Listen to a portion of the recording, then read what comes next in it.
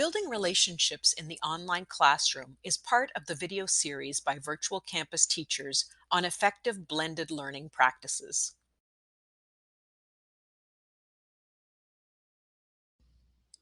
How do you get to know your online students at the beginning of the year? Every school year starts with new students joining in on training sessions to welcome them to online learning. These sessions are led by online teachers who often choose their groups for training based on the schools and students they will work with all year long. This first welcome, sometimes with students from other schools in the same session, sets the tone for students and allows them to start to feel like part of a community online. Students, both new and returning, are given an introduction assignment which invites them to introduce themselves to both their classmates via the forum in the learning management system and in an email to their teachers. They may share information about themselves as students as well as their interests, hobbies, families, pets, etc. When classes start, we take the time at the beginning of the first class for get to know you activities. I like to do two activities: Where are you in Quebec? And a virtual locker.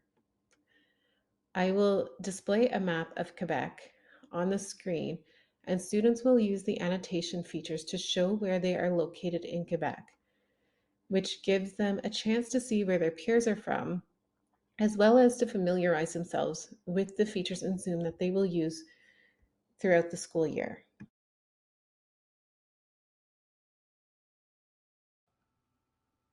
At the start of the year, I like to have the students complete a getting to know you exercise on Desmos. Here are some examples of the activities I ask them to do, but this platform is very versatile and there are even some pre-made icebreakers that you could use to get ideas from. Desmos is a tool that I use quite a lot during my course, so this activity serves two purposes for me. It allows me to get to know a little bit more about the students, and it introduces the students to some of the features within the platform. Although I do not use it for this activity, Desmos does have a share with your classmates option that could be used if you would like to have the students get to know more about each other too. Personally, I find that this is a feature better saved for later in the year when the students are more comfortable sharing with their peers.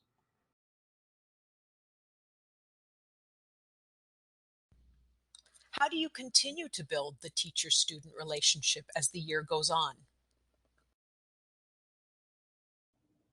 Continuing to build relationships with students is challenging in any classroom setting but vital. We talk a little bit about the day before class starts or about how they are feeling, or ask them about their vacations, getting their driver's license or birthdays, or any event upcoming in their life. These can all turn into class discussions through the chat feature or private messages, depending on how the student chose to communicate with us. Students will also send us images in the chat or email to share with the class, which we will then take the time to talk about, all building on the relationship. With self-paced students, there can be more of a verbal discussion about different topics or things that they are interested in because students tend to be more comfortable talking through a Zoom class with their teachers rather than a class full of their peers. Even allowing students to use their own reactions in a Zoom class for something like, "Are you ready for the presentation?" can show you things about them, allowing you to build on that relationship. Some students will use the same reaction every time. Some will use something different.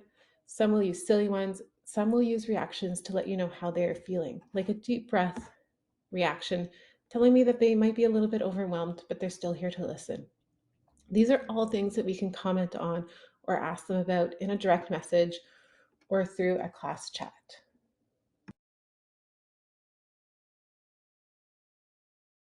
Making connections in an online environment is critical to student success. We make it a regular practice to schedule non-academic activities to help students get to know each other and our staff. This year, we organized a couple of social nights where students were brought together to have some fun, share about themselves, and get to know their classmates and teachers. These nights allow for students to connect with others that they would not know otherwise, depending on the courses they are in and if they are self-paced students or real-time students.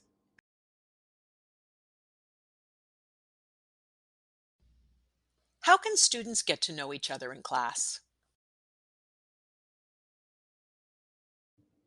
It is important to create an environment where students feel safe and comfortable to share about themselves and have discussions. We start encouraging students to build a relationship with each other with the introduction assignment, where students will comment on their peers' post in the first forum on the learning management system. Also, during games night, students interact with each other, building relationships that they may not have had otherwise. Breakout rooms can also be used, allowing for small groups of students to chat with each other as they work towards a common goal. After about a month in my class, I will ask the students if they would like to share their virtual lockers, which is something that some will choose and some will choose not to participate in. We will present one a week until no one else wants to share.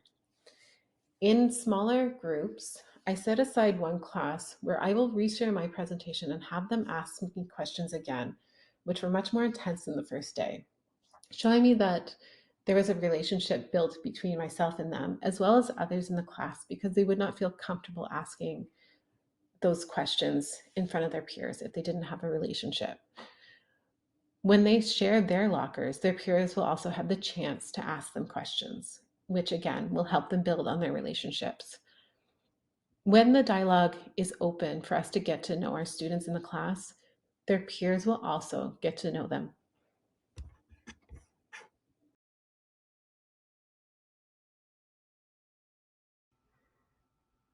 Earlier, I mentioned the Share with Your Classmates feature that is available on Desmos.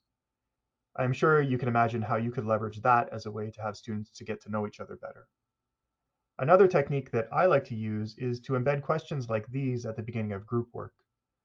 Although these questions might seem off task, I find that an activity like this can act as the icebreaker needed to get them to start talking and work on the question. It also allows students to get to know each other beyond that little box on their screen, recognize commonalities, and foster community.